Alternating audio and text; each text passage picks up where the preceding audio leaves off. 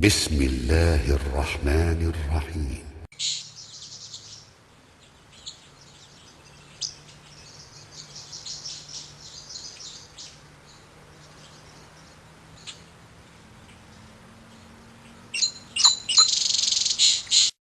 يا أيها الذين آمنوا كتب عليكم الصيام كما كتب على الذين من قبلكم لعلكم تتقون أياما معدودات فمن كان منكم مريضا أو على سفر فعدة من أيام أخر وعلى الذين يطيقونه فدية طعام مسكين فمن تطوع خيرا فهو خير له وأن تصوموا خير لكم إن كنتم تعلمون شهر رمضان الذي أنزل فيه القرآن هدى للناس وبينات من الهدى والفرقان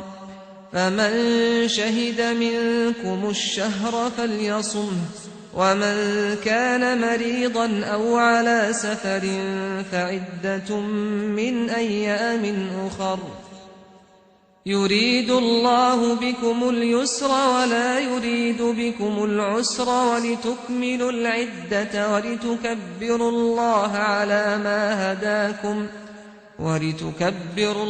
على ما هداكم ولعلكم تشكرون وإذا سألك عبادي عني فإني قريب أجيب دعوة الداع إذا دعان فليستجيبوا لي وليؤمنوا بي لعلهم يرشدون أحل لكم ليلة الصيام الرفث إلى نسائكم هن لباس لكم وأنتم لباس لهن علم الله أنكم كنتم تختانون أنفسكم فتاب عليكم وعفى عنكم فالآن باشروهن وابتغوا ما كتب الله لكم وكلوا واشربوا حتى يتبين لكم الخيط الأبيض من الخيط الأسود من الفجر ثم أتموا الصيام إلى الليل ولا تباشروهن وأنتم عاكفون في المساجد تلك حدود الله فلا تقربوها كذلك يبين الله آياته للناس لعلهم يتقون إن الحمد لله نحمده ونستعينه ونستغفره ونعوذ بالله من شرور أنفسنا ومن سيئات أعمالنا من يهده الله فلا مضل له ومن يضلل فلا هادي له وأشهد أن لا إله إلا الله وحده لا شريك له وأشهد أن محمدًا عبده ورسوله اللهم صل على محمد وعلى آل محمد كما صليت على إبراهيم وعلى آل إبراهيم إنك حميد مجيد اللهم بارك على محمد وعلى آل محمد كما باركت على إبراهيم وعلى آل إبراهيم إنك حميد مجيد من يطع الله ورسوله فقد رشد واهتدى ومن يعص الله ورسوله فقد ضل وغوى أما بعد فإن خير الحديث كتاب الله وخير الهدي هدي محمد صلى الله عليه وسلم وشر الأمور محدثاتها وكل محدثة بدعة وكل بدعة ضلالة وكل ضلالة في النار اعوذ باللہ من الشیطان الرجیم بسم اللہ الرحمن الرحیم یا ایہا الذین آمنوا اتقوا اللہ حق تقاتہ ولا تموتن الا وانتم مسلمون۔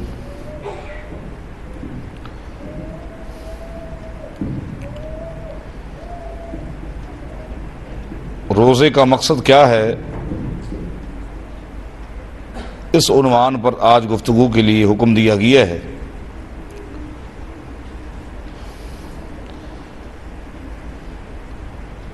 مجھے بڑی خوشی ہے کہ مختلف علاقوں میں یہ پروگرام رکھے جا رہے ہیں، اور میں تواتر کے ساتھ آپ ساتھیوں کو نوٹ کر رہا ہوں کہ ہر پروگرام میں آپ تشریف لا رہے ہیں۔ یہ ایک بہت بڑا دینی ذوق ہے۔ اللہ تعالی ہم سب کو دین کی فہم عطا فرمائے اور دین پر عمل پیرا ہونے کی توفیق بخشے۔ اگر آپ قرآن و حدیث کا مطالعہ کریں گے تو جملہ عبادات جس میں نماز بھی ہے، روزہ بھی ہے، حج بھی ہے، زکوٰۃ بھی ہے، قربانی بھی ہے، ان تمام عبادات کا ایک ہی فلسفہ ملے گا اور وہ تقوی ہے۔ لعلکم تتقون، لعلکم تتقون، لعلکم تتقون، تاکہ تم متقی بن جاؤ، تم میں تقوی آ جائے، تم میں پرہیز آ جائے۔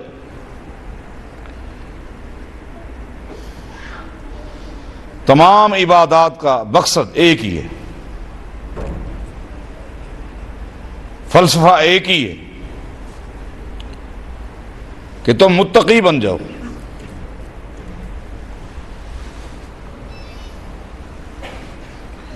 کیونکہ عزت اللہ کے ہاں مقام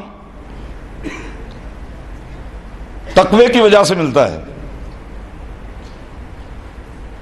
تقوی سے ہٹ کر کوئی ایک پہلو بھی ایسا نہیں جس کو بطور دلیل کے پیش کر کے ایک بندہ اللہ کے ہاں باعزت بن جائے۔ یا ایھا الناس انا خلقناکم من ذکر وانثی وجعلناکم شعوبا وقبائل لتعارفوا ان اکرمکم عند اللہ اتقاکم ان اللہ علیم خبیر۔ اے انسانوں، ہم نے تمہیں مرد اور عورت سے پیدا کیا ہے اور تمہارے قبائل بنائے ہیں، برادریاں بنائے ہیں، قبیلے بنائے ہیں، کنبے بنائے ہیں، خاندان ہیں۔ کیوں؟ لتعارفوا، یہ ساری چیزیں پہچان کے لیے ہیں، رابطے کے لیے ہیں، تعلق کے لیے، عزت کے لیے نہیں، شرف کے لیے نہیں، مقام کے لیے نہیں، تعارف کے لیے۔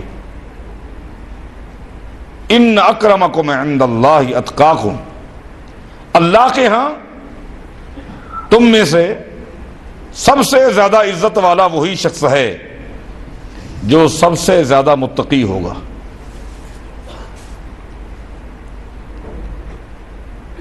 تقوی کہتے کس کو ہے؟ تقوی جو لفظ کثرت کے ساتھ قرآن کریم میں آپ کو ملتا ہے، تقوی کا معنی کیا ہے؟ تقوی کہتے کس کو ہے؟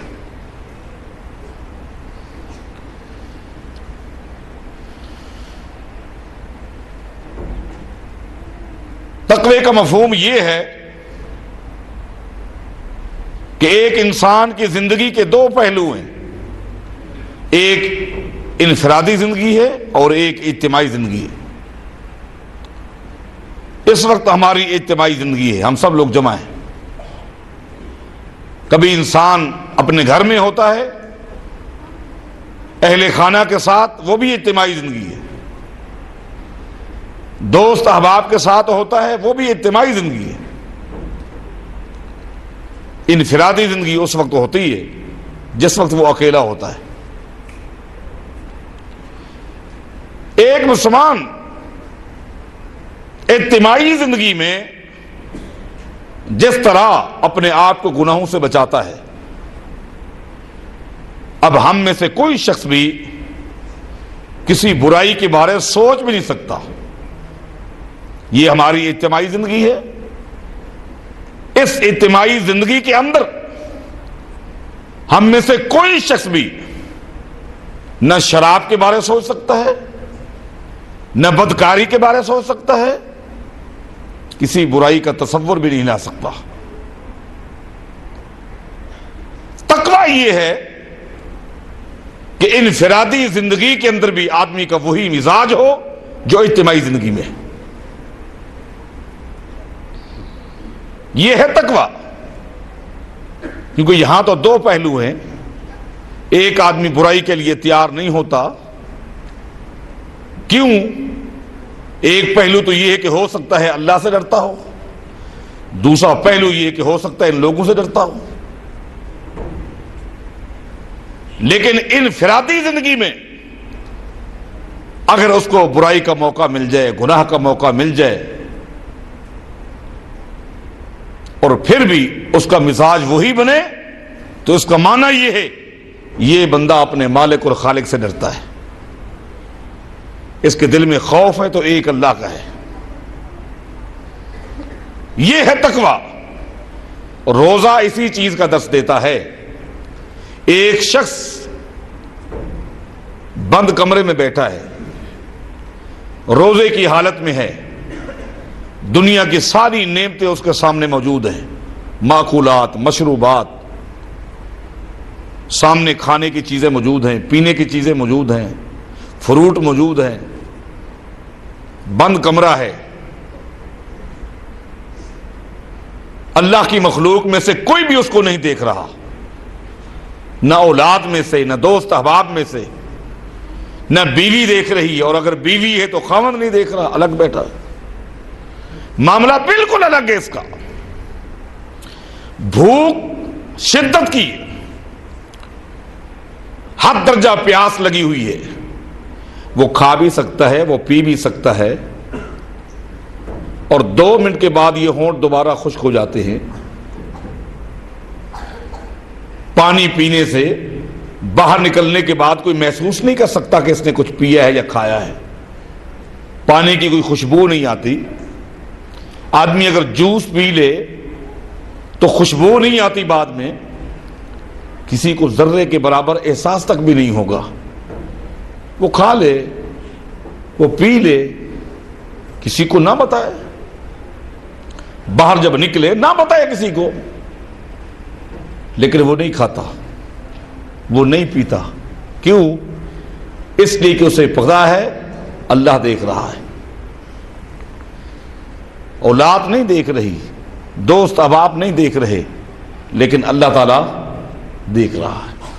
یہ روزہ تربیت کرتا ہے، درس دیتا ہے کہ تجھے بھوک لگی ہوئی ہے، پیاس لگی ہوئی ہے، کوئی نہیں دیکھ رہا سوائے ایک اللہ کے، تو اس کے قریب نہیں کیا.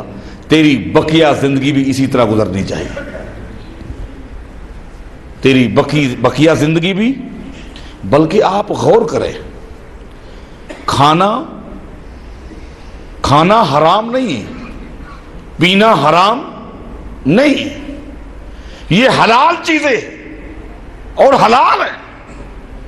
لیکن اللہ کا حکم آ گیا ہے، اللہ کا حکم آ گیا ہے کہ اس پیریڈ میں، اس دورانیہ میں تو نے ان حلال چیزوں کے قریب نہیں جانا. روزہ ان 3 حلال چیزوں کو چھوڑ دینے کا نام ہے. چوتھی کوئی چیز نہیں ہے. پینا، کھانا اور بیوی کے ساتھ ہم بستر ہونا، یہ تینوں چیزیں حلال ہیں. باقی یہ زور جو دیا جاتا ہے، ہمارے محترم شیخ صاحب حافظہ اللہ بھی فرما رہے تھے، یہ اسی لیے زور دیا جاتا ہے کہ غیبت نہ کرو تاکہ تمہارا روزہ برباد نہ ہو جائے. یہ روزے کے علاوہ بھی غیبت نہ کرو، جھوٹ نہ بولو. یہ وہ کام ہے جو روزے کے علاوہ بھی ہم نے نہیں کرنے. روزہ ان تین حلال اور جائز چیزوں کو چھوڑ دینے کا نام ہے. تینوں حلال ہے اور تینوں کا بندہ عادی ہے. قربان جائے یہ بندہ جو اللہ کے حکم پر حلال چیزوں کو بھی چھوڑ دیتا ہے کہ اللہ کا حکم ہے، کیا اس سے توقع کی جا سکتی ہے کہ یہ حرام چیز کے قریب جائے گا؟ یہ تو حلال چیزوں کو چھوڑ دیتا ہے اللہ کے حکم پر.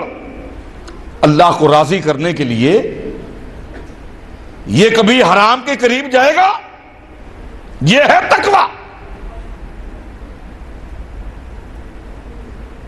اللہ کا حکم آ گیا نہیں کھانا نہیں کھاتا، نہیں پینا نہیں پیتا، یہ کبھی بھی حرام کے قریب نہیں جا سکتا. اگر جائے گا تو اس کا مطلب یہ ہے کہ اس نے روزے کی حقیقت کو سمجھا ہی نہیں ہے، روزے کے مقصد کو سمجھا ہی نہیں.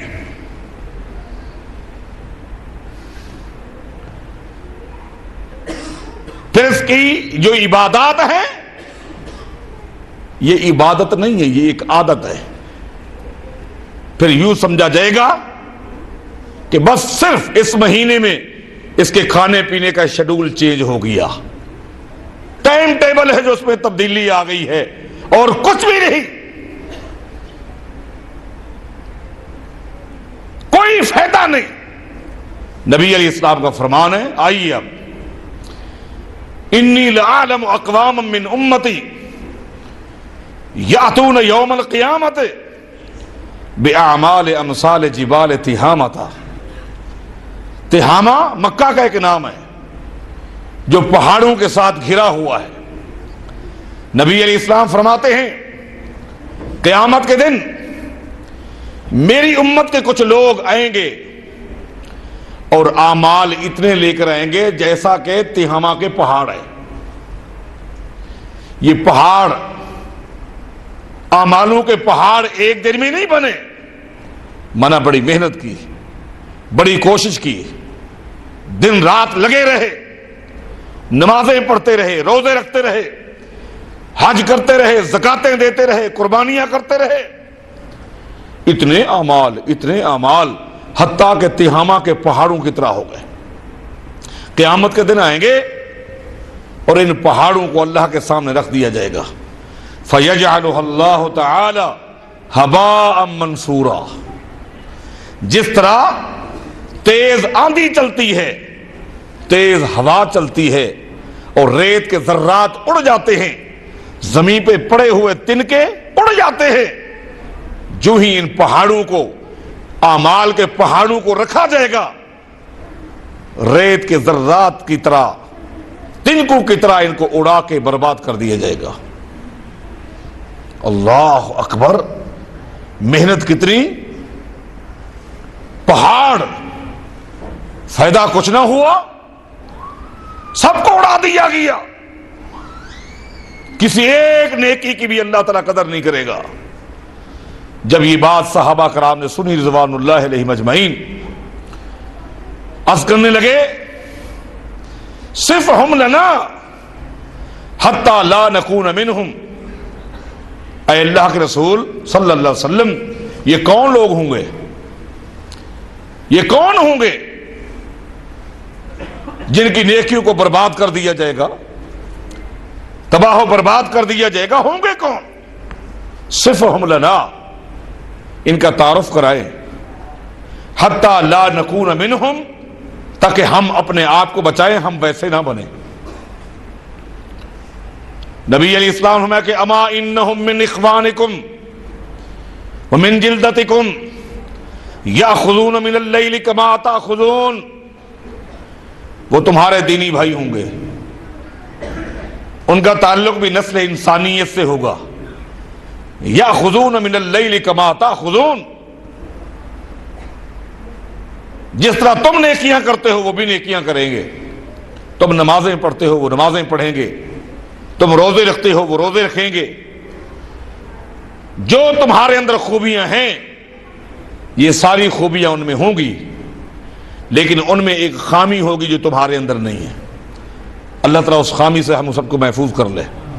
ایک خامی ہوگی، ایک خامی، صرف ایک خامی کی وجہ سے ان پہاڑوں کو تباہ کر دیا جائے گا، نمازوں کو تباہ کر دیا جائے گا، روزوں کو برباد کر دیا جائے گا، ایک خامی کی وجہ سے۔ وہ خامی کیا ہے؟ وَلَٰكِنَّهُمْ قَوْمٌ اِذَا خَلَوْا بِمَحَارِمِ اللَّهِ انْتَهَكُوهَا۔ خامی یہ ہوگی کہ اجتماعی زندگی میں وہ بڑے دیندار ہوں گے، اجتماعی زندگی میں بڑے نیک ہوں گے، اجتماعی زندگی میں بڑے عابد اور زاہد ہوں گے، بڑے متقی اور پرہیزگار ہوں گے، اور تخلیے کے اندر اگر ان کو گناہ کا موقع ملے گا تو بڑی جرات کے ساتھ گناہ کر لیں گے۔ ان کی اجتماعی اور انفرادی زندگی میں بڑا فرق ہوگا۔ اجتماعی زندگی کچھ اور طرز کی ہوگی، انفرادی زندگی کچھ اور طرز کی ہوگی، اور انفرادی زندگی میں جب ان کو گناہ کا موقع ملے گا تو وہ گناہ کر لیں گے۔ اللہ کی غیرت کا تقاضا یہ ہے، یہ بندے مسجد میں برائی نہیں کرتے میرے ڈر کی وجہ سے، گھر میں بیٹھ کر برائی نہیں کرتے میرے ڈر کی وجہ سے، دفتر میں بیٹھ کر دوستوں کے سامنے برائی نہیں کرتے میرے ڈر کی وجہ سے، تو آج رات کی تاریکی میں یہ بند کمرے میں چھپ کر یہ گناہ کر رہا ہے، یہ میرا ڈر کہاں گیا؟ میں تو آج آپ بھی اس کو دیکھ رہا ہوں، میں تو اب بھی اس کو دیکھ رہا ہوں۔ اس کا مطلب یہ ہے یہ ظالم مخلوق سے ڈرتا ہے، مجھ سے نہیں ڈرتا۔ جو مجھ سے نہیں ڈرتا میں ان کی نمازوں کو روزوں کو کیا کروں گا؟ تقوی کو سمجھیے کہ تقوی ہے کیا؟ اجتماعی اور انفرادی زندگی میں یکسانیت ہے تو پھر سمجھو کہ روزے نے اس کو جو سبق دیا ہے اس نے یاد بھی کر لیا ہے، اس کو عملی شکل بھی دی ہے۔ ہاں، جن لوگوں نے اس فلسفے کو سمجھا، اس مقصدیت کو نوٹ کیا، ان کی زندگیوں کے اندر جو انقلاب آیا اس کو ہم نے نوٹ کیا۔ ایسا انقلاب آیا، تاریخی انقلاب۔ نماز کا وقت ہو چکا ہے، ایک نوجوان مسجد نبوی میں نماز پڑھنے کے لیے آ رہا ہے، آتے ہوئے راستے میں خالی ایک خاتون کو ہاتھ لگ گیا، زنا نہیں کیا، معانقہ نہیں کیا، خالی ہاتھ لگا، عورت چل پڑی۔ یہ نوجوان مسجد میں آیا لیکن پریشان ہو گیا، گھبرا گیا کہ کل قیامت کے دن میرا کیا بنے گا؟ غیر محرم کو میرا ہاتھ لگ گیا، اس کو کسی اور نے نہیں دیکھا تھا، کسی نے پکڑا نہیں تھا، نہیں آتے ہی ابھی جماعت کھڑی نہیں ہوئی، نبی علیہ الصلوۃ والسلام کے آگے عرض کرتا ہے، اپنا واقعہ بتاتا ہے اور ساتھ ہی کہتا ہے اقیم علیہ کتاب اللہ، اے اللہ کے رسول صلی اللہ علیہ وسلم یہ غلطی تو ہو گئی، میرا ہاتھ لگ گیا، اب جو سزا دینی ہے سزا دے دیجیے۔ خود کہہ رہا ہے، اس کو پکڑا نہیں گیا، اس کو کسی نے دیکھا نہیں، عورت نے آ کر نبی علیہ السلام سے شکایت نہیں کی، نہیں، یہ ہے تقویٰ۔ خود کہتے ہیں اقیم علیہ کتاب اللہ، اللہ کے قانون کو میرے اوپر نافذ کیجیے۔ نبی علیہ السلام خاموش ہے، آپ نے کوئی جواب نہیں دیا۔ صحیح بخاری کی حدیث ہے، نبی علیہ السلام نے جماعت کرائی اور نماز پڑھائی، نماز ہو گئی، لیکن ابھی تک یہ نوجوان پریشان ہے، بے قرار ہے، اس کو چین نہیں آتا۔ پھر وہیں سے کھڑا ہو جاتا ہے، پھر نبی علیہ السلام کے آگے یہی درخواست رکھتا ہے، اللہ کے رسول مجھے پاک کر دیجئے، جو سزا ہے دے دیجئے۔ اب نبی علیہ السلام نے فرمایا الست قد صلیت معنا، کیا تو نے ابھی ہمارے ساتھ نماز نہیں پڑھی؟ اس نے کہا جی ہاں نماز تو پڑھی ہے۔ اللہ کے پیغمبر نے فرمایا جو نماز سے پہلے تو اس سے غلطی ہو گئی تھی، اس نماز کی برکت سے اللہ نے اس کو معاف کر دی ہے۔ یہ وہ لوگ ہیں یہ ہیں جنہوں نے عبادات کے مقصد کو سمجھا تھا. روزہ جو ان کو نصیحت کر کے جاتا تھا کار بند رہتے تھے. آپ نے اس خاتون کو نہیں دیکھا؟ کون سی ٹیم پکڑ کر نبی علیہ السلام کے پاس لائی تھی؟ کوئی نہیں. غلطی ہو گئی، غلطی ہو جاتی ہے. انسان کو نفس امارہ برائی کے لیے اکساتا ہے، نفس لوامہ ملامت کرتا ہے. یہ دونوں کی کشمکش ہے. کبھی ایسا بھی ہوتا ہے کہ نفس امارہ غالب آ جاتا ہے اور انسان سے غلطی ہو جاتی ہے. یہی وجہ ہے کہ قیامت تک کے لیے ایک انسان کے لیے اللہ نے توبہ کے دروازے کو کھول کے رکھا ہے. نفس لوامہ منع کرتا ہے کہ گناہ نہ کر، امارہ ترغیب دیتا ہے. کبھی ایسا بھی ہوتا ہے کہ وہ غالب آ جاتا ہے اور گناہ ہو جاتا ہے اور بندہ بعد میں نادم ہوتا ہے، شرمندہ ہوتا ہے، اپنی غلطی کا احساس ہوتا ہے. غلطی ہو گئی. وہ خاتون خود چل کر نبی علیہ السلام کے پاس آئی. غلطی ہو گئی ہے، گناہ ہو گئی ہے، بدکاری ہو گئی ہے. طہرنی یا رسول اللہ صلی اللہ علیہ وسلم، مجھے پاک کر دیجیے. اللہ اکبر. اس نے ساتھ ہی یہ بھی اعتراف کیا جو غلطی ہوئی ہے اس غلطی کی وجہ سے حمل بھی ٹھہر گیا ہے. نبی علیہ السلام نے فرمایا کہ اس میں تیرا قصور ہے، اس کا کوئی قصور نہیں ہے. جا وضع حمل کے بعد آنا. ایک پیریڈ ہے، 8 9 مہینے 10 مہینے کا ایک پیریڈ ہے. نبی علیہ السلام نے اس کے گھر کا ایڈریس معلوم نہیں کیا، اس کا ریکارڈ نہیں لکھوایا. نہیں، وہ چلی گئی. 8 مہینے 9 مہینے کی کہانی بات آئی گئی ہو جاتی ہے. آپ نے کسی نمائندے کو بھیجا نہیں.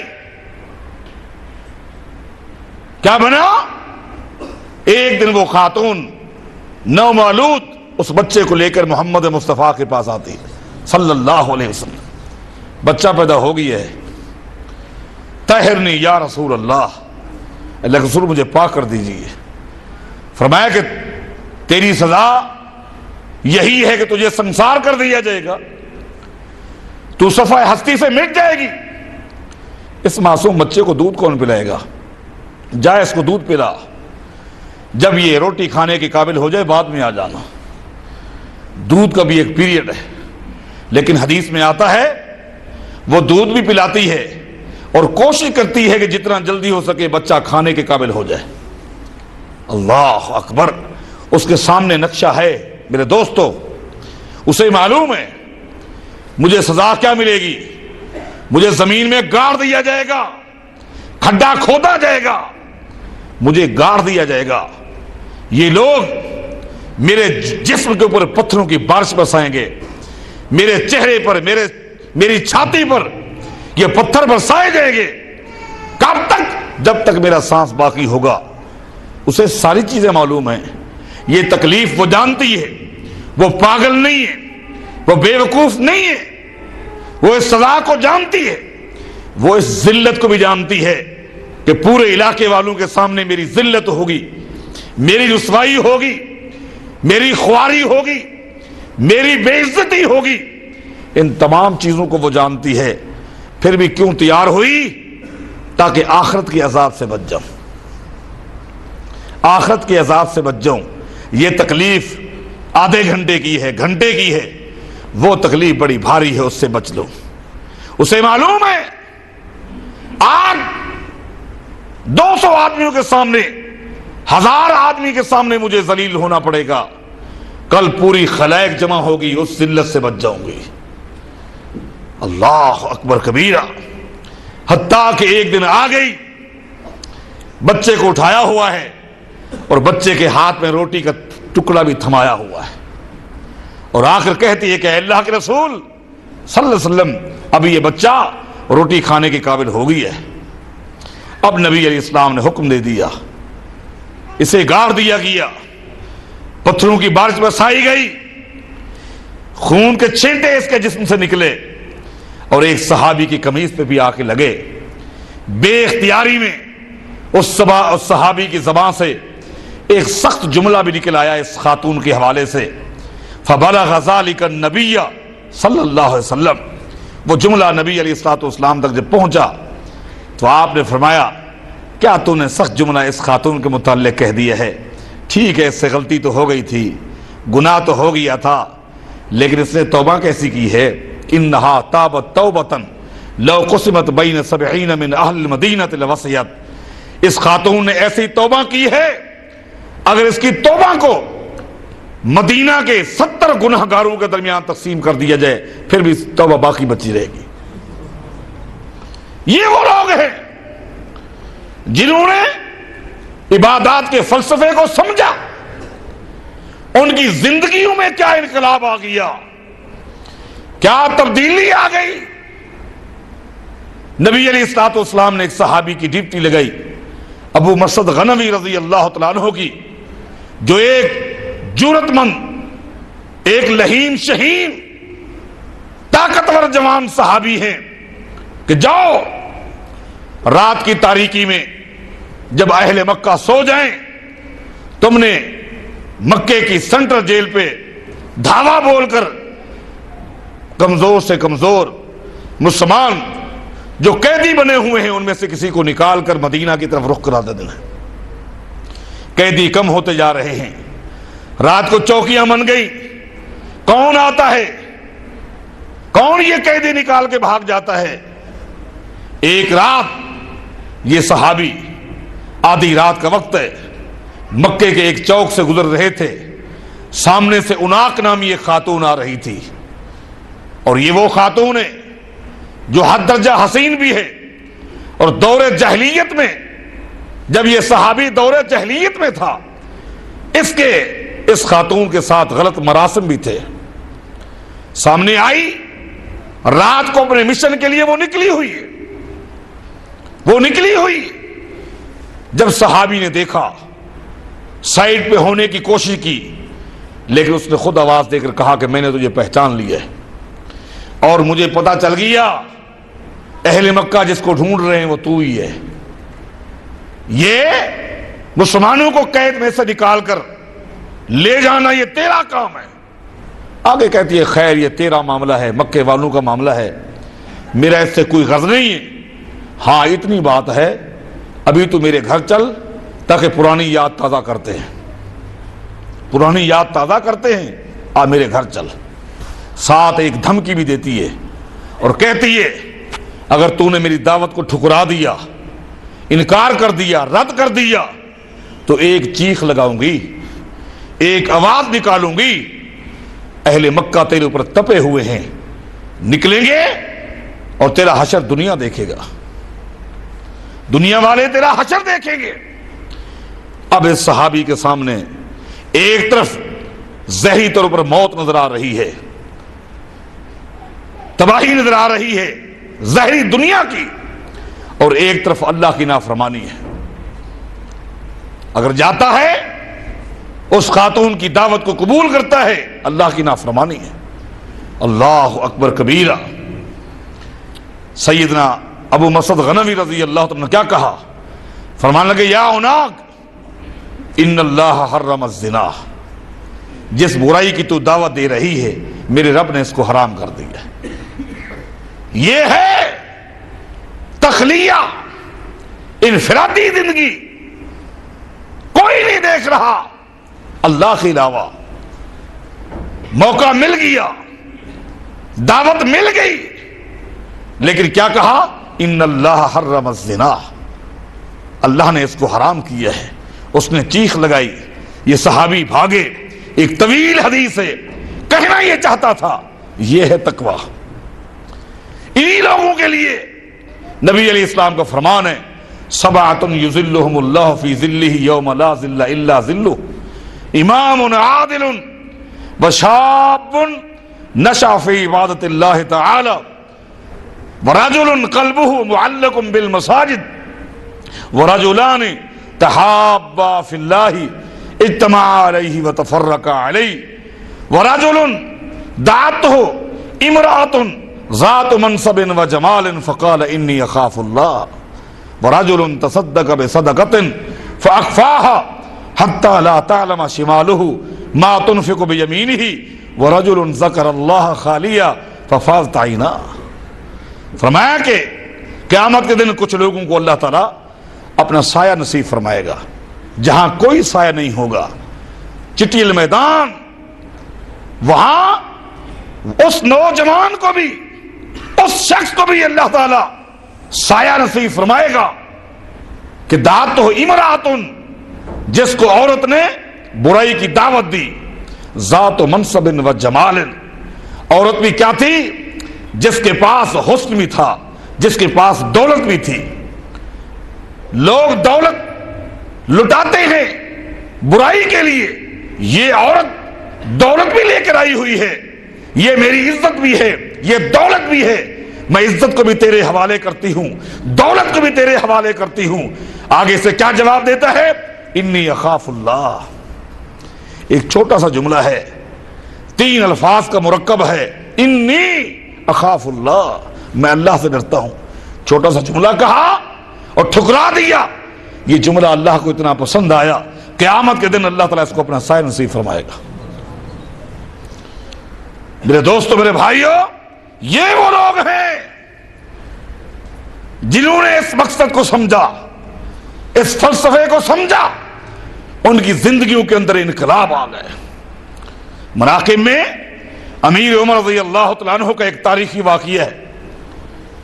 دوران سفر سیدنا عمر بن خطاب رضی اللہ تعالیٰ عنہ کا ایک مزاج تھا، وادیوں سے رکتے ٹھہرتے، وادیوں کو، ان کے عقیدے کو، ان کے منہج کو چیک کرتے، ان کا آڈٹ کرتے، ان کا احتساب کرتے، ان کی خیریت معلوم کرتے، ان کا مزاج معلوم کرتے. اس طرح سفر کرتے رہتے. دوران سفر ایک علاقے سے گزرے، ایک شخص کو دیکھا جو پہاڑ کے دامن میں بکریاں چرا رہا ہے. سنیے، غور کیجئے، پہاڑ کے دامن میں بکریاں چرا رہا ہے. سیدنا عمر رضی اللہ تعالیٰ عنہ نے اس شخص کو آواز دی، بلایا اپنے پاس. وہ آیا، اس سے پوچھا یہ بکریاں تیری ہیں؟ اس نے کہا اننی امین، یہ بکریاں میری نہیں ہیں، یہ بکریاں فلاں شخص کی ہیں، میں اس کا زر خرید غلام ہوں، مجھے اس نے امین بنایا ہے، میرے اوپر اس نے اعتماد کیا ہے، میں اس کی بکریاں چراتا ہوں. سیدنا عمر نے فرمایا رضی اللہ عنہ مجھے جانتے ہو؟ اس نے کہا نہیں جانتا، میں نے آپ کو پہلی مرتبہ دیکھا ہے. فرمایا کہ میرا نام عمر ہے، میں خطاب کا بیٹا ہوں. اس نے کہا میں نے آپ کو پہچان لیا ہے. اس نے کہا میں نے آپ کو پہچان لیا ہے اس لیے کہ میرا جو مالک ہے وہ آپ کو جانتا ہے، وہ بھی صحابی رسول ہے، آپ کا اکثر ذکر کرتا ہے. میں نے آپ کو پہچان لیا، آپ امیر المومنین ہیں، میں فلاں شخص کا زر خرید غلام ہوں، لیکن اس کی صحبت میں رہ کر میں مسلمان ہو چکا ہوں، میں نے آپ کو پہچان لیا. اب سیدنا عمر کو معلوم ہو گیا کہ یہ مسلمان ہے اور ہے زر خرید غلام. اس کا احتساب کرنے کے لیے، اس کا آڈٹ کرنے کے لیے، اس کا مزاج چیک کرنے کے لیے سیدنا عمر نے فرمایا کہ ہم ایک طویل سفر پہ جا رہے ہیں، طویل سفر پہ جا رہے ہیں اور مجھے ایک بکری چاہیے جو دودھ دینے والی بکری ہو. ہم اس کو اونٹ کے کچاوے میں بٹھا دیں گے، بکری کا کوئی وزن نہیں ہوتا، راستے میں اس کو کھلاتے پلاتے جائیں گے اور ہم اس کا دودھ پیتے جائیں گے. لیکن ہمارے پاس پیسے نہیں ہیں، ہمارے پاس پیسے نہیں ہیں، ایک بکری کیا تو دے سکتا ہے؟ اس نے کہا کہ اے امیر المومنین، میں نے آپ سے پہلے بھی کہا ہے کہ اننی امین، میں امین ہوں، اگلے نے میرے اوپر اعتماد کیا ہے، یہ بکریاں میری نہیں ہیں. لو کانت الغنم لی لما بخلت علیک بواحدۃ، اگر بکریاں میری ہوتی، بکریوں کا مالک میں ہوتا، بکریاں میری ہوتی تو ایک بکری کے دینے میں میں بخل نہ کرتا، میں کنجوسی نہ کرتا، میں آپ کو بکری دے دیتا. سیدنا عمر نے فرمایا رضی اللہ عنہ کہ بھائی ہماری مجبوری ہے اور ہمارے پاس پیسے نہیں ہیں، اگر تو ہمیں بکری دے دے گا ہمارا مسئلہ حل ہو جائے گا، اور اگر کسی وقت تو میرے دفتر میں آ جائے گا تو میں بھی تیرا مسئلہ کوئی حل کر دوں گا۔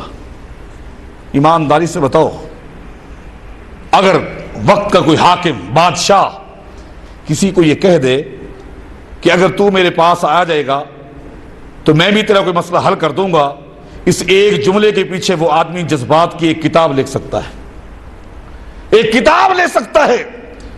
بادشاہوں سے کیا لیا جا سکتا ہے؟ اس کے دل کے اندر بھی ارمان اور جذبات ہیں کہ وہ غلام ہے، کل میں جاؤں گا اور میں کہوں گا مجھے غلامی سے آزاد کرا دے، میرے ساتھ کوئی تعاون کرا دیں، بہت کچھ ہو سکتا ہے۔ سیدنا عمر نے فرمایا میرا یہ مسئلہ حل کر، کل اگر تو میرے دفتر میں آئے گا میں بھی تیرے کام آ جاؤں گا۔ یہ جملہ اس جوان نے سنا، اس نے کہا کہ اے امیر المومنین، آپ نے مجھے مجبور کر دیا ہے، بار بار آپ نے اصرار کیا ہے، اب میں مجبور ہو گیا ہوں، ہاں میں آپ کو بکری دیتا ہوں، میں آپ کو بکری دیتا ہوں۔ ہاں ضمناً سیدنا عمر نے اس سے یہ بھی پوچھا کہ تو جو مجھے ایک بکری دینے کے لیے تیار نہیں، یہ تو بتا تیرا مالک تیرے اوپر لگتا ہے کہ اعتماد ہی نہیں کرتا، اس کو کوئی تیرے اوپر اعتماد نہیں۔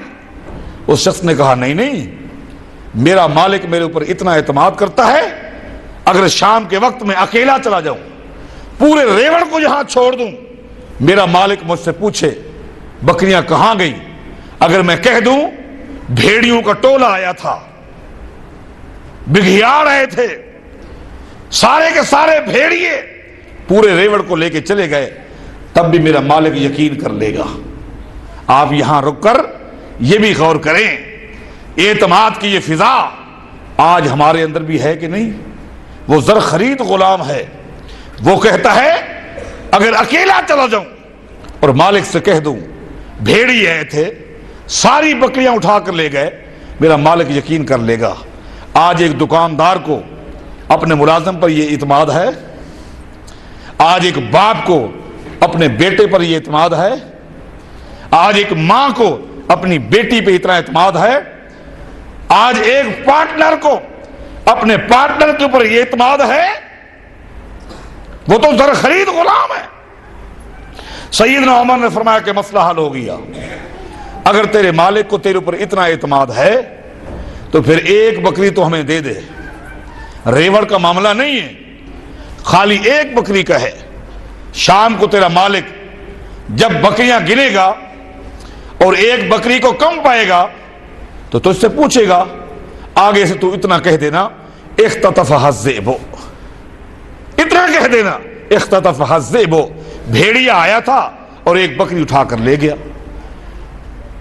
وہ بھی یقین کر لے گا، میرا مسئلہ بھی حل ہو جائے گا، کل میرے دفتر میں تو آئے گا تیرا مسئلہ بھی حل ہو جائے گا۔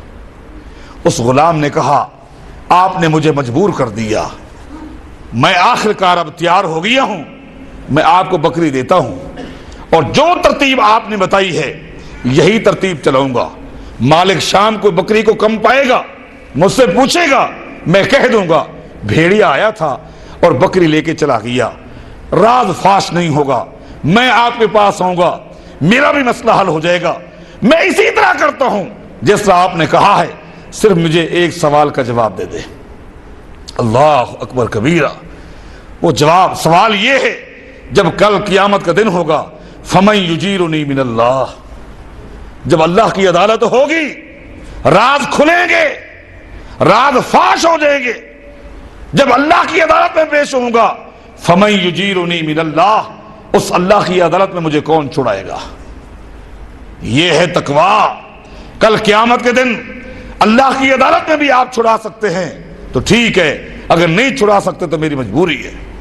فَبَكَى عُمَرُ، ففی روایت فجعل یبکی عمر، سید عمر زارو قطع رونے لگ گئے، آنکھوں میں آنسو آ گئے کہ پہاڑ کے دامن میں زر خرید غلام ہے، بکریاں چلاتا ہے، لیکن اس کے دل میں اللہ کا کیا خوف ہے۔ کیا اللہ کا ڈر ہے، کیا تقوی ہے۔ سیدنا عمر نے فرمایا اچھا یہ بتا تیرا مالک کہاں ہے، میں اس سے رابطہ کرتا ہوں، ہو سکتا ہے کہ وہ میرے ساتھ تعاون کرے۔ وہ خوش ہو گیا، اس کے چہرے پہ رونق آ گئی۔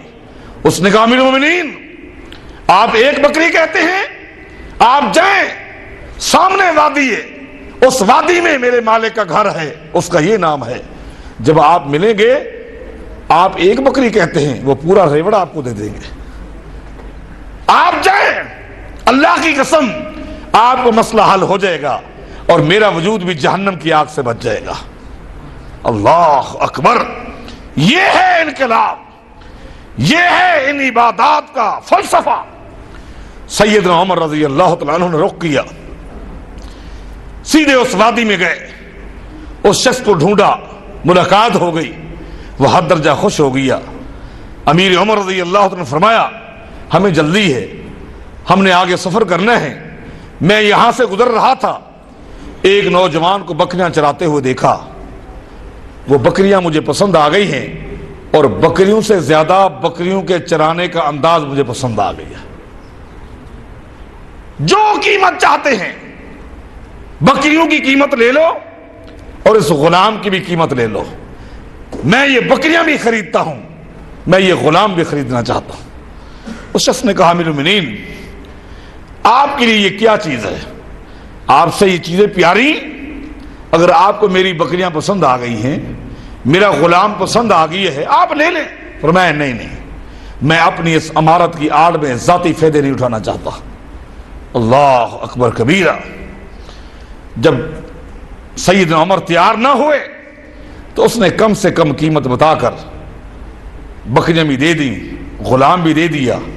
امیر عمر نے فرمایا اب آپ میرے ساتھ چلیں، میرے ساتھ چلیں، اس غلام کو بتائیں تو صحیح کہ آج کے بعد وہ میرا غلام ہے، یہ بکریاں آج کے بعد میری ہیں، اگلی ترتیب میں ان کو خود بتاؤں گا۔ وہ ساتھ چل پڑا، غلام کو آواز دی، غلام آ گیا، کہا ان کو جانتے ہو؟ اس نے کہا جی ہاں تھوڑی دیر پہلے ملاقات ہوئی ہے، یہ امیر المومنین عمر بن خطاب ہیں رضی اللہ عنہ۔ کہنے لگا یہ ہماری بکریاں ان کو پسند آ گئی ہیں اور تیرے چرانے کا انداز بھی پسند آ گئی ہے، انہوں نے پیمنٹ کر دی ہے، اب آج کے بعد تو ان کا غلام ہے، یہ بکریاں بھی ان کی ہیں، اب جس طرح یہ ہدایات دیں اس کے مطابق چلے۔ سیدنا عمر نے فرمایا سن لیا، آج کے بعد تو میرا غلام ہے، آج کے بعد یہ بکریاں میری۔ اس نے کہا جی ہاں آپ حکم دیں، ان بکریوں کو لے کر کہاں جاؤں؟ سیدنا عمر نے فرمایا میں نے اللہ کی رضا کے لیے تجھے آزاد کر دی ہے اور بطور تحفے کے یہ بکریاں میں نے تجھے دی ہیں، جس جوان کے دل میں اللہ کا یہ خوف ہو وہ بندہ لوگوں کی غلامی نہیں اللہ کی غلامی میں باقی زندگی گزار رہے ہیں۔ یہ وہ لوگ ہیں، یہ ان کی زندگی یہ ہے، انقلابی زندگیاں۔ عروہ بن زبیر کو کون نہیں جانتا، خاندانی مسلمان ہیں، اس لیے کہہ رہا ہوں کہ ہم بھی خاندانی ہیں، پیدائشی مسلمان ہیں۔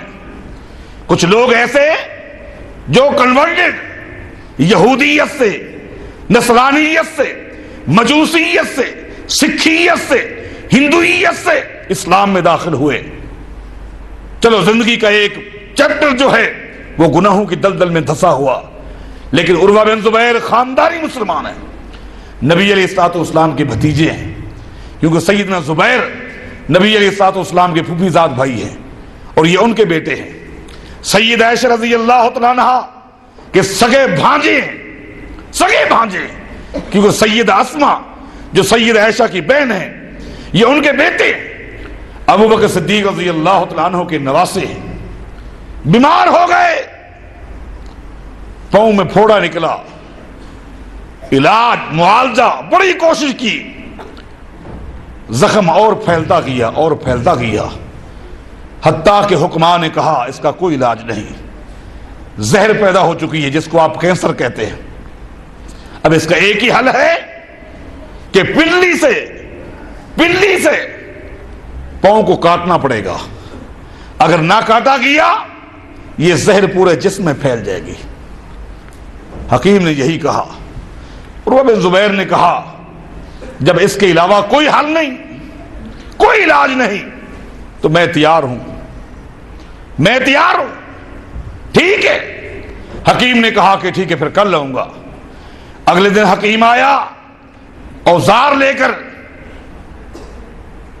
آتے ہی اس نے ایک شیشی، ایک بوتل عروہ بن زبیر کے آگے پیش کی۔ اس میں کیا ہے؟ اس نے کہا اس میں شراب ہے۔ شراب؟ میں کیا کروں؟ اس حکیم نے کہا میں بھی مسلمان ہوں، لیکن آپ کی ٹانگ کو کاٹنا ہے، پنڈلی کے گوشت کو پہلے چھری کے ذریعے الگ کیا جائے گا، پھر آری کے ذریعے ٹانگ کو کاٹنا ہے۔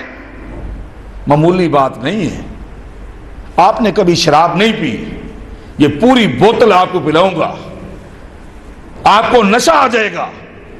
جب میں آپ کی ٹانگ کاٹوں گا تو آپ کو تکلیف کا احساس کم سے کم ہوگا۔ عروہ بن زبیر نے کہا پہلی بات یہ ہے کہ یہ حرام ہے، جو چیز حرام ہے میں اس کو اپنے ہونٹوں کے قریب نہیں لاتا۔ دوسری بات یہ ہے اگر تو نے مجھے حرام چیز پلا دی اور اسی آپریشن میں مر گیا، میرا آخری گھونٹ حرام کا ہوا، قیامت کے دن میرا کیا بنے گا؟ میری ٹانگ کاٹ دے، پرواہ نہیں، شراب نہ پلا۔ اس حکیم نے کہا جذباتی باتیں نہ کرو، ٹانگ کا کاٹنا، گوشت کا پہلے چھری سے الگ کرنا، آری کے ساتھ ٹانگ کو کاٹنا اتنا آسان نہیں۔ عروہ بن زبیر نے کہا مجھے پتا ہے تکلیف ہوگی، میں برداشت کروں گا۔ حکیم جذباتی ہو گیا، میری ایک نہیں مانتا، لٹا دیا۔ گھر والے موجود ہیں، حکیم نے سب سے پہلے چھری کے ذریعے پنڈلی کے گوشت کو کاٹ کے جدا کیا، اور عروہ بن زبیر کو تکلیف ہے، اور تکلیف میں جو ہم ایک آواز نکالتے ہیں اس آواز کے بجائے وہ قرآن کریم کی تلاوت کر رہے ہیں۔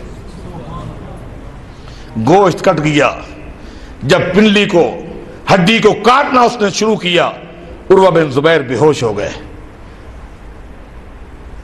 پنڈلی جدا ہو گئی، پاؤں الگ ہو گیا، سارا دن بے ہوش رہے۔ شام کو جب ہوش آیا سب سے پہلے یہی کہا لوگو تم نے تو پورے دن کی نمازیں پڑھ لی، عروہ نے نماز نہ پڑھی، فکر ہے تو نماز کی۔ اور دوسری بات کہی، جو بات آپ کو بتانی وہ یہ ہے کہ میری ٹانگ، میرا پاؤں جو مجھ سے کٹ گیا، جدا ہو گیا، وہ ہے یہ پھینک دیا۔ گھر والوں نے کہا نہیں ہے، پھینکا نہیں، وہ دکھلاؤ تو صحیح۔ حضرات تس کے اوپر، برتن کے اندر وہ پاؤں رکھ کر عروہ بن زبیر کو دکھلایا گیا۔ عروہ بن زبیر نے پاؤں کو دیکھا اور کہا والذی حملنی علیک لیعلم انی ما مشیت بک علی معصیۃ۔ اے پاؤں، استدراج تک تو میرے جسم کا حصہ رہا، میں تیرے اوپر چلتا رہا، لیکن میرا اللہ گواہ ہے ایک دن بھی تیرے اوپر چل کر کبھی میں گناہ کرنے کے لیے نہیں گیا تھا۔ یہ ہے تقویٰ، یہ ہے تقویٰ۔ آج ہم میں سے کسی کی جرت ہے کہ وہ دعوے سے کہے اے آنکھ میرا اللہ گواہ ہے آج تک تیرے ذریعے میں نے کبھی گناہ نہیں کیا، اے ہاتھ میرا اللہ گواہ ہے تیرے ذریعے کبھی نافرمانی نہیں کی، اے پاؤں، اے کان، جسم کے کسی عضو کو مخاطب کر کے ہم یہ جملہ کہہ سکتے ہیں، یہ جسارت کر سکتے ہیں؟ یہ وہ لوگ ہیں، یہ ہمارے سلف صالحین ہیں، یہ جن کی زندگیوں میں انقلاب آیا، یہ وہ متقین لوگ ہیں، یہ وہ پرہیزگار لوگ ہیں۔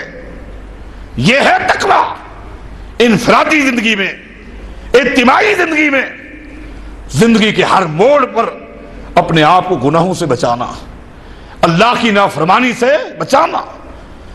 لباس التقویٰ یہ تقویٰ تو لباس ہے. اگر ایک لمحے کے لیے بھی تقوی کو، اللہ کے خوف کو کوئی شخص اپنے دل و دماغ سے نکال دے تو یہ سمجھے کہ شریعت کی اصطلاح میں وہ بے لباس ہے، وہ ننگا ہے. لباس نہیں ہے، وہ ہے ننگا. یہ دوستوں اور بھائیوں اور میری دینی بہنوں، تقوی کو آپ سمجھنے کی کوشش کریں کہ تقوی کیا ہے. اللہ کا خوف ہے. وَأَمَّا مَنْ خَافَ مَقَامَ رَبِّهِ وَنَهَى النَّفْسَ عَنِ الْهَوَىٰ فَإِنَّ الْجَنَّةَ هِيَ الْمَأْوَىٰ. جنت ٹھکانہ ہے انہیں لوگوں کا جو اللہ کا خوف، اللہ کا ڈر اپنے دل و دماغ میں رکھیں گے. نبی علیہ الصلوۃ والسلام نے سیدنا معاذ بن جبل رضی اللہ تعالیٰ عنہ کو یمن رخصت کیا. دور تک آپ ان کے ساتھ چلتے رہے. جدائی کے وقت فرمایا معاذ اب تم یمن جاؤ، میں مدینہ جاتا ہوں اور ہو سکتا ہے کہ تمہاری اور میری یہ آخری ملاقات ہو. جدائی کے وقت دوست کو یہ جملہ کہے دل پھٹ جاتا ہے، آنکھوں سے آنسو نکل آتے ہیں، عجیب اندھیرا چھا جاتا ہے کہ دوست کہے کہ ہو سکتا ہے کہ تیری اور میری آخری ملاقات ہو. ایئرپورٹ پہ رخصت کرتے ہوئے باپ بیٹے سے کہے بیٹا جا اور ہو سکتا ہے کہ تیری میری آخری ملاقات ہو. کیا کیفیت ہوگی. معاذ جاؤ. سیدنا معاذ رونے لگ گئے. اب نبی علیہ السلام نے تسلی دی اور فرمایا معاذ ان اول الناس بی المتقون یوم القیامت من کانوا وحیث کانوا. اے معاذ دنیا میں جدائی تو آنی ہی آنی ہے، لیکن سن لے قیامت کے دن سب سے زیادہ قریب میرے وہی لوگ ہوں گے جو سب سے زیادہ تقوی اختیار کرنے والے ہیں. من کانو وحیث کانو. ان کا تعلق کس خاندان سے ہے کوئی غرض نہیں، کس صدی سے ہے کس علاقے سے ہے کوئی غرض نہیں. متقین لوگ ہی قیامت کے دن محمد مصطفیٰ کے قریب ہوں گے. میرے دوستو میرے بھائیوں، یہ ہے تقوی جس کی مثالیں آپ کے سامنے بار بار پیش کر رہا ہوں. روزہ یہی کہتا ہے یا ایھا الذین آمنوا کتب علیکم الصیام کما کتب علی الذین من قبلکم لعلکم تتقون. روزے تم پر بھی فرض ہے، تم سے پہلے لوگوں پر بھی. فلسفہ ایک ہے، مقصد ایک ہے. وہ کیا ہے؟ لعلکم تتقون، تاکہ تم میں تقوی آ جائے. اور کامیابی ہے انہی کے لیے. قرآن کریم کو پڑھیے ان للمتقین مفازا. کامیاب لوگ کون ہیں؟ متقین ہیں. جنت میں جانے والے بھی کون ہیں؟ کوئی اور نہیں. وسیق الذین اتقوا ربهم الی الجنۃ زمرا. متقین لوگ کافروں کی شکل میں جنت میں داخل ہوں گے. حتی اذا جاؤها وفتحت ابوابها. حتیٰ کہ جنت کے دروازوں کے قریب آئیں گے متقین لوگ، جنت کے دروازے کھول دیے جائیں گے. وقال لهم خزنتها. فرشتہ کہے گا سلام علیکم طبتم فادخلوها خالدین. سلام ہو تم پر، مبارک ہو فادخلوها خالدین، ہمیشہ کے لیے جنت میں داخل ہو جاؤ. وقالوا الحمد للہ الذی صدقنا وعدہ وَأَوْرَثَنَا الْأَرْضَ نَتَبَوَّأُ مِنَ الْجَنَّةِ حَيْثُ نَشَاءُ فَنِعْمَ أَجْرُ الْعَامِلِينَ. جانے والے بھی اللہ کا شکر ادا کر رہے ہیں کہ اللہ نے وعدہ سچا کر دیا. یہ کون داخل ہوئے؟ وَسِيقَ الَّذِينَ اتَّقَوْا رَبَّهُمْ. متقین لوگ، تقوی والے لوگ جنت میں داخل ہوں گے. یہ داخل ہو جائیں گے. حضرات داخل ہو گئے. دنیا کی چند روزہ زندگی اللہ کی اطاعت میں گزار دی، اللہ کی فرمانبرداری میں گزار دی، اللہ کا خوف اور ڈر اپنے دل و دماغ میں قائم رکھا اور اس خوف اور تقوی کو اپنے دل سے نہیں نکالا. آج جنت مل گئی، جنت کا داخلہ مل گیا. فوراً ہی بات جو ہی یہ داخل ہو جائیں گے متقین، اللہ تعالیٰ فرشتے کو حکم دے گا کہ کھڑے ہو کر اعلان کر. وہ فرشتہ اعلان کرے گا، پورے جنتی جہاں کہیں بھی ہوں گے سب اس اعلان کو سن رہے ہوں گے. اللہ اس اعلان کے سننے کی بھی توفیق عطا فرمائے۔ وہ فرشتہ کیا کہے گا؟ وَإِنَّ لَكُمْ أَن تَصِحُّوا فَلَا تَسْقَمُوا أَبَدًا۔ اللہ اکبر۔ او جنتیو، او متقین لوگو، اللہ سے ڈرنے والوں، تقوی اختیار کرنے والوں، اب جنت میں آ جانے والوں، سنو، وَإِنَّ لَكُمْ أَن تَصِحُّوا فَلَا تَسْقَمُوا أَبَدًا۔ آج کے بعد تم ہمیشہ جنت میں صحت مند رہو گے، کبھی بیماری تمہارے قریب نہیں آئے گی۔ یہ ہے زندگی، یہ ہے زندگی۔ اس زندگی کو حاصل کرنے کی کوشش کرو جس میں صحت تو ہے، بیماری نہیں، تندرستی تو ہے، مسائل نہیں، یہ ہے زندگی۔ وَإِنَّ لَكُمْ أَن تَحْيَوْا فَلَا تَمُوتُوا أَبَدًا۔ او جنتیو، فرشتہ آواز لگا رہا ہے، صحیح بخاری صحیح مسلم کی حدیث ہے، وَإِنَّ لَكُمْ أَن تَحْيَوْا فَلَا تَمُوتُوا أَبَدًا۔ فرشتہ کہتا ہے او جنتیو، آج کے بعد ہمیشہ جنت میں رہو گے، کبھی موت تمہارے قریب نہیں آئے گی۔ یہ ہے زندگی۔ یہ کون سی زندگی ہے جس میں بیماریاں ہی بیماریاں، پریشانیاں ہی پریشانیاں، بڑھاپا۔ وَإِنَّ لَكُمْ أَن تَشِبُّوا فَلَا تَحْرَمُوا أَبَدًا۔ او جنتیو، آج کے بعد ہمیشہ جوان رہو گے، بڑھاپا قریب نہیں آئے گا۔ یہ ہے زندگی جس میں جوانی تو ہے، بڑھاپا نہیں ہے، جس میں صحت تو ہے، بیماری نہیں ہے، جس میں زندگی تو ہے اور موت نہیں ہے۔ یہ کون سی زندگی ہے؟ چند دن کی جوانی، اس کے بعد بڑھاپا۔ دنیا کی زندگی کیا ہے؟ بڑھاپا اور جوانی، اور ان دونوں میں فرق کیا ہے؟ جوانی وہ ہے جو جائے اور واپس نہ آئے، اور بڑھاپا وہ ہے جو آئے اور واپس نہ جائے۔ جوانی آتی ہے اور چلی جاتی ہے، بڑھاپا آتا ہے لے کے جاتا ہے۔ حضرات، جوانوں کو یہ جملہ اللہ کی قسم سمجھ نہیں آ رہا، لیکن بوڑھوں کو، بزرگوں کو یہ جملہ سمجھ آ رہا ہے کہ جوانی کس کو کہتے ہیں۔ بوڑھاپے میں بوڑھا گر گیا، اٹھا تو کہا یا لیت الشباب یعود یوما فساخبرہ ما فعل المشیب۔ بوڑھا کہتا ہے کاش میری جوانی صرف ایک دن کے لیے میرے پاس واپس آ جائے، خالی اس کو بتاؤں تو صحیح کہ تیرے جانے کے بعد بڑھاپے نے میرے ساتھ کیا حشر کیا ہے۔ تیرے جانے کے بعد بڑھاپے نے جو ظلم ڈھائے ہیں، آنکھوں پہ اثر کیا، وہ نگاہ نہ رہی، دانت سارے گر گئے۔ دیکھتا رہتا ہوں لوگ بڑی بڑی نعمتیں کھاتے اور پیتے رہتے ہیں، میں محروم رہتا ہوں۔ قانون نے جواب دے دیا، لوگ سنتے رہتے ہیں، میں سننے سے محروم۔ گھٹ نے جواب دے دیا، چل نہیں سکتا۔ ایک دن تو آ جائے، جوانی ایک دن تو آ جائے، اس کو بتاؤں تو صحیح کہ تیرے جانے کے بعد بڑھاپے نے میرے ساتھ کیا سلوک کیا ہے۔ ایک بہت بڑی نعمت ہے، بہت بڑی نعمت ہے۔ یہ ہے زندگی۔ اس زندگی کو حاصل کرنا چاہتے ہو، اللہ کو راضی کرنا چاہتے ہو، تو دنیا کی زندگی تقوی والی بناؤ، متقی بن جاؤ۔ ہاں، آج سے پہلے ماضی میں جو ہوا سو ہوا، بھول جائیں۔ آج سے ہماری زندگی میں انقلاب آنا چاہیے، کیونکہ مثل المؤمن کمثل الفرس یجول ثم یرجع۔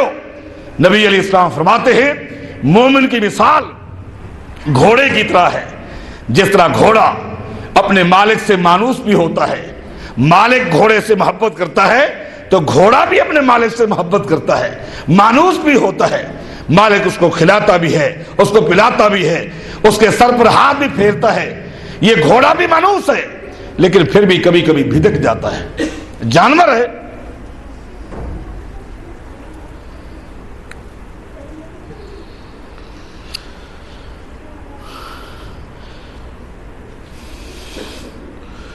جانور ہے، بھدک جاتا ہے، بھاگ جاتا ہے، لیکن جو ہی وہ بھاگ جاتا ہے اس کو پھر احساس ہوتا ہے، پھر مالک کے پاس آتا ہے۔ لیکن مالک مالک ہے، بھدکنے کے بعد، بھاگنے کے بعد جب گھوڑا واپس آتا ہے تو مالک دوبارہ غصہ نہیں کرتا۔ سنیے، مالک غصہ نہیں کرتا، اس کو مارتا نہیں، بلکہ دوبارہ اس کے چہرے کے اوپر ہاتھ پھیرتا ہے، اس کی پیٹھ پہ ہاتھ پھیرتا ہے، کوئی بات نہیں، بھاگ گیا تھا واپس آ گیا۔ فرمایا کہ مومن بھی اسی طرح ہے، اپنے مالک اور خالق کو جانتا بھی ہے، مانتا بھی ہے، پھر بھی کبھی کبھی بھٹک جاتا ہے، گناہوں کی طرف چلا جاتا ہے، کوئی زنا کی طرف، کوئی چوری کی طرف، کوئی ڈکیتی کی طرف، کوئی شراب کی طرف، کوئی کسی برائی کی طرف۔ لیکن اگر واپس آ جائے اللہ تعالیٰ تانے نہیں دیتا، اللہ ناراضگی کا اظہار نہیں کرتا، بلکہ یہ بندہ آنے والا اگر وضو کر کے 2 رکعت نماز پڑھ لے اور مکھی کے سر کے برابر آنسو کا قطرہ گرائے، اللہ ماضی کے گناہوں پر پانی پھیر دیتا ہے۔ بلکہ اللہ کا قرآن تو یہ کہتا ہے الا من تاب وآمن وعمل عملا صالحا فاولئک یبدل اللہ سیئاتہم حسنات وکان اللہ غفور رحیما۔ اگر کوئی شخص توبہ کر لے اور توبہ کے بعد عمل صالح کرے، گناہوں کو چھوڑ دے، اللہ کیا کرتا ہے؟ فاولئک یبدل اللہ سیئاتہم حسنات وکان اللہ غفور رحیما۔ اس بندے نے توبہ سے پہلے اپنی زندگی میں جتنے بھی گناہ کیے ہوتے ہیں اللہ تمام گناہوں کو نیکیوں میں تبدیل کر دیتا ہے، نیکیوں میں تبدیل کر دیتا ہے۔ وکان اللہ غفور رحیما، اللہ تو بخشنے والا مہربان ہے۔ میرے دوستو، ماضی میں جو کچھ ہوا، آج سے آپ کی زندگی انقلابی زندگی کے حوالے سے آج تحیہ کرے، اللہ کے حضور معافی مانگیے، توبہ کیجئے اور ان عبادات کا جو مقصد ہے اس کو سمجھیے۔ سمجھا تو فائدہ ہے، ورنہ شروع میں حدیث میں نے پڑھ کے سنائی تھی، قیامت کے دن پہاڑوں کے برابر اعمال ہوں گے لیکن ان کو اڑا کے رکھ دیا جائے گا۔ کیوں؟ وہ تقوی سے خالی ہوں گے، اللہ کے خوف سے خالی ہوں گے۔ یہ عبادت اور عادت میں فرق ہے۔ عادت یہ ہے کہ اس مہینے میں آپ کا شیڈول تبدیل ہو گیا، اور عبادت یہ ہے کہ میں کیوں کر رہا ہوں۔ اس روزے نے ہمیں کیا دست دیے ہیں؟ بہت سارے دروس ہیں، بڑی نصیحتیں ہیں جو یہ روزہ کرتا ہے۔ ان میں سے ایک ہی نقطے پر میں نے اکتفا کیا ہے، اللہ مجھے اور آپ کو تقوی کی ایک عظیم دولت سے مالا مال کر دے۔ اقول قولی ھذا وآخر الحمد للہ رب العالمین۔